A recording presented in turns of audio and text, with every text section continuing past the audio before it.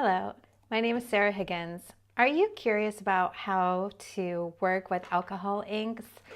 In this tutorial, I am going to show you how I started from 1 drop of alcohol ink and used a straw to get this massive flower experience come to life. So first of all, you can use any non-porous medium with alcohol inks, but I used Yupo paper for this example. Yupo, Yupo. Okay, so set yourself up and take care of your surfaces below. Oh look, here's my example that I've done with some browns. And one of my favorites is the blue palette with some gold mixative. So many opportunities that you can create. So get yourself set up and make sure you're protecting the surface that you're working on. I have a layer of freezer paper down, and underneath that, my old recycled yoga mat.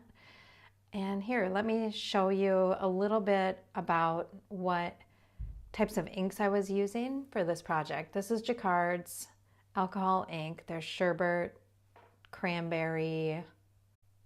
There are lots of different inks out there to use, but whatever you feel comfortable using.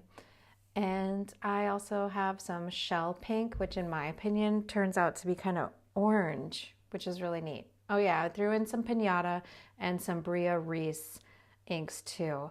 Be careful with the Bria Reese bottles. I will say that I'm so surprised at how fast the inks can come out of the Bria Reese bottles, but their colors are really pretty, some of my favorites.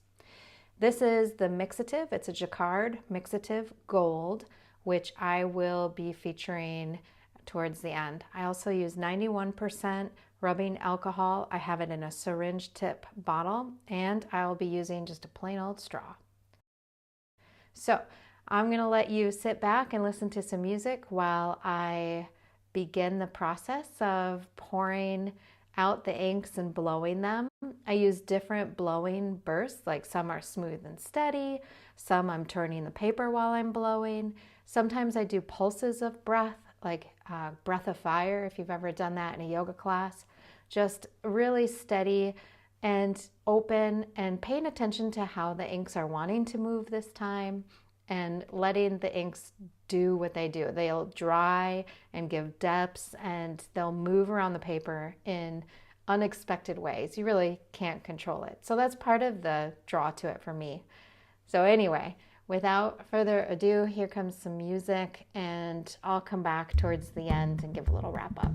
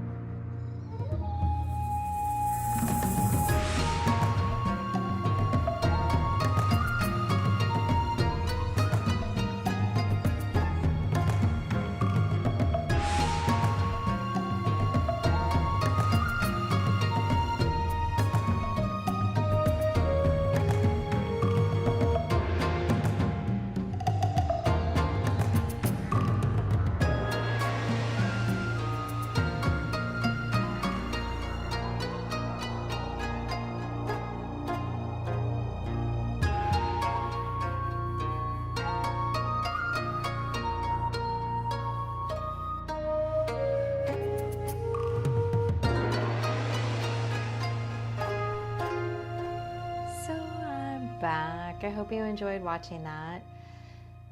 I have lots of things to say about the gold mixative. You can see here how heavy and how quickly it just takes over. So I am using quite a bit of the 91% rubbing alcohol to thin it out and make it more fluid so I can push it around. To be honest, when I first started this, I didn't know it would end up looking to me like an abstract flower bud. So when the gold started to take on the cradle, like the base of the stem, like the drying out of it aspect, that's when I decided to me that this looks like a flower, and this is the base of the flower heading off into the stem. So with the mixatives, they can quickly take over and blow. I like to avoid kind of creating any real definitive edges, if you will, like blobs or drips. So anyway, I'll thin those out and blow them away to my heart's content. Usually I kind of overdo it on the mixative, if I'm being honest. And then you can see I just finished off by adding more pink to build the flower. Love the Bria Reese pinks, are so pretty to me. And yes, so thank you so much for watching. I hope you enjoyed it, and please like, comment, subscribe. Let me know if you have any other requests or ideas that you'd like to see me put into action for you. Thanks again for watching. Have a great day.